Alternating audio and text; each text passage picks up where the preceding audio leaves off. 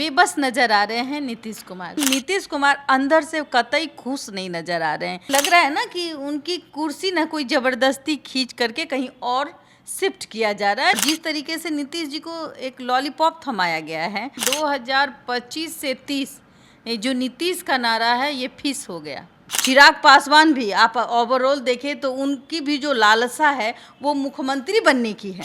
बिहार में नीतीश कुमार की युग की अंत हो रही है। अब नीतीश कुमार दिल्ली जा रहे हैं, लेकिन दिल्ली जाने से पहले अभी थोड़े देर पहले ही नीतीश कुमार ने एक बड़ी बैठक बुलाई। उस बैठक से बड़ी अपडेट निकलकर सामने आ रही है निशांत को लेकर, बीजेपी को लेकर, क्योंकि तमाम जो नेता है वो पहुंचे हुए थे। नीतीश कुमार दिल्ली भी पहुंचे थे जहां पर बीजेपी की बड़ी बैठक होनी थी, लेकिन ये बैठक टल गई और नीतीश कुमार पटना पहुंचते ही बैठक बुला लिए। ऐसे में कई सवाल जो है इस वक्त खड़े हो रहे हैं। क्या एनडीए में सब कुछ ठीक है? क्या नीतीश कुमार जो दिल्ली जा रहे हैं उसमें नीतीश कुमार की मर्जी है, या विपक्ष जो लगातार आरोप लगा रहा है वो आरोप सही है? आज तमाम अपडेट हम आपको देंगे और हमारे साथ सीनियर जर्नलिस्ट बबीता मिश्रा जी हैं। हम सीधा मैम से जुड़ते हैं। मैम, नीतीश कुमार दिल्ली जा रहे हैं,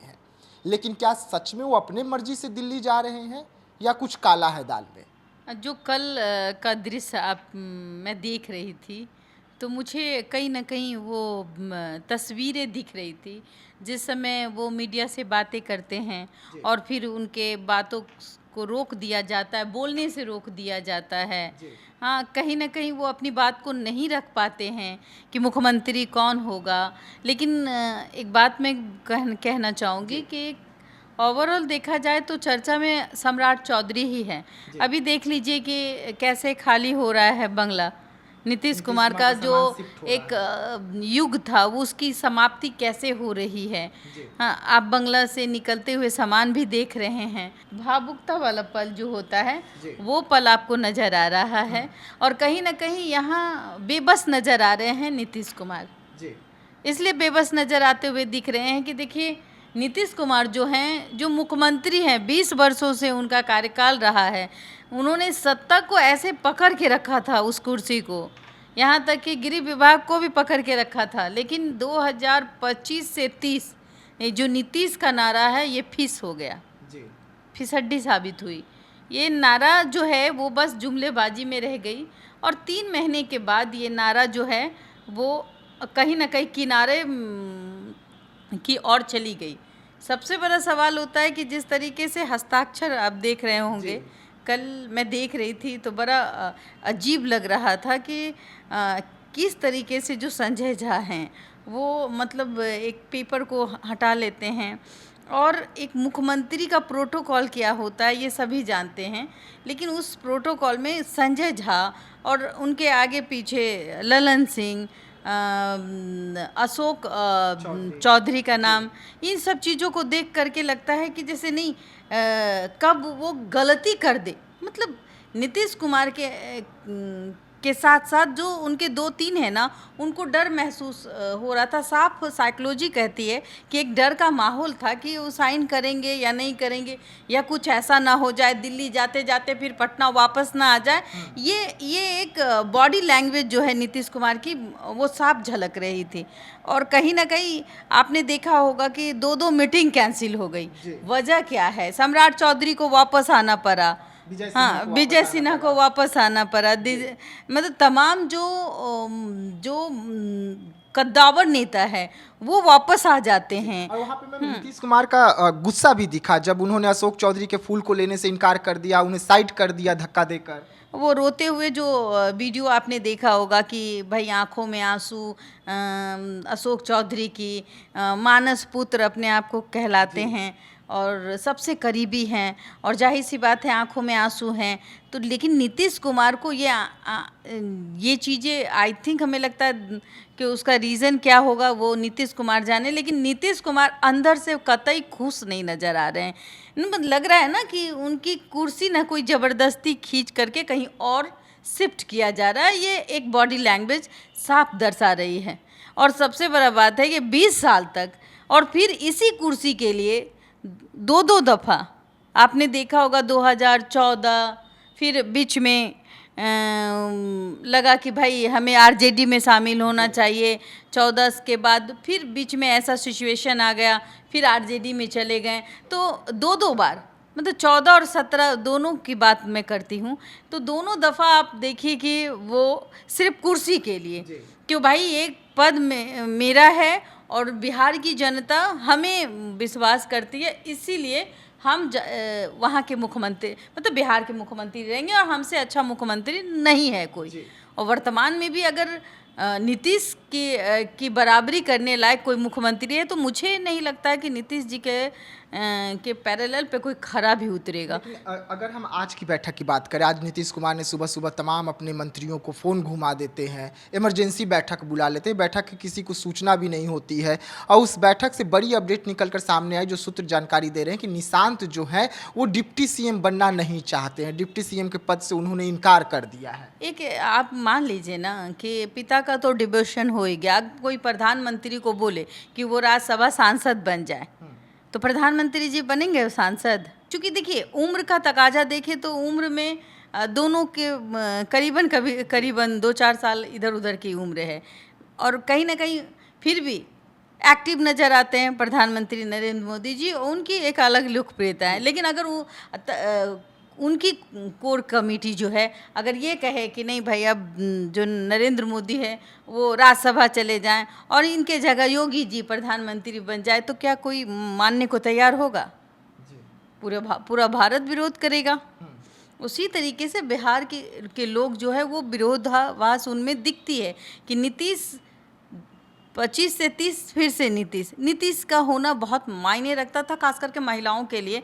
और जिस तरीके से नीतीश जी को एक लॉलीपॉप थमाया गया है राज्यसभा सांसद, अरे भाई नीतीश जी को अगर गृह मंत्री का पद दे दिया होता तब ये प्रमोशन होता, ये डिमोशन नहीं होता। एक लॉलीपॉप, वो लॉलीपॉप भी नहीं, 4 आना का टॉफ़ी आता था, हम लोग बचपन में सुनते हैं कि 1 रुपये का टॉफ़ी दिखा करके, 1 रुपये की टॉफ़ी एकदम पैकेट में होती थी, और 4 आना मतलब 25 पैसा का जो वो टॉफ़ी होता था वो एक डंटी में होता था और पीला पीला रहता था।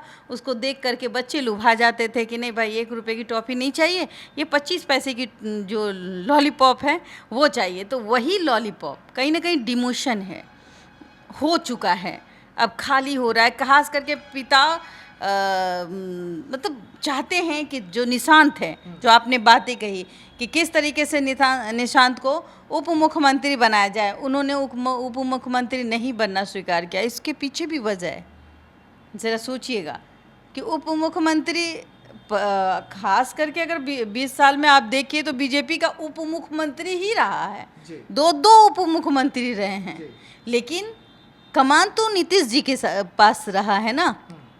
तो मैं यही कहूँगी कि इसीलिए निशांत नहीं चाहते हैं कि जो जेडीयू है वो समाप्त हो जाए, जेडीयू की अपनी पकड़ हो, इसलिए वो उप मुख्यमंत्री का पद नहीं लेना चाहते। हाँ, वो समर्थन दे सकते हैं कि भाई आपका मन है, आप जब तक चाहें, मेरा 85 विधायक है, और देखिए भाई सांसद भी करीबन उनका 12 है, तो हम तो भाई भारत सरकार को सपोर्ट कर ही रहे हैं, बीजेपी को हमारे तरफ से सपोर्ट है, लेकिन हम उप मुख्यमंत्री नहीं बनेंगे, अभी हम जो हैं अपनी पार्टी को मजबूत करेंगे। ये बड़ा निर्णय है, और ये निर्णय काबिलिए तारीफ लगती है मुझे कि भाई पिता ने अपने आप को डिवोशन करवा दिया, या राज्यसभा सांसद बन गए, एक मामूली सा राज्यसभा सांसद तो आप भी बन जाइएगा जब आप इलेक्शन में खड़े हो जाइएगा। आप भी अगर आप कर्मठ नेता हैं, हाँ अच्छा काम करते हैं तो सांसद बन जाता है। कभी कभी अरे पप्पू यादव को देख लीजिए, ये तो वो कैपेबल थे ही।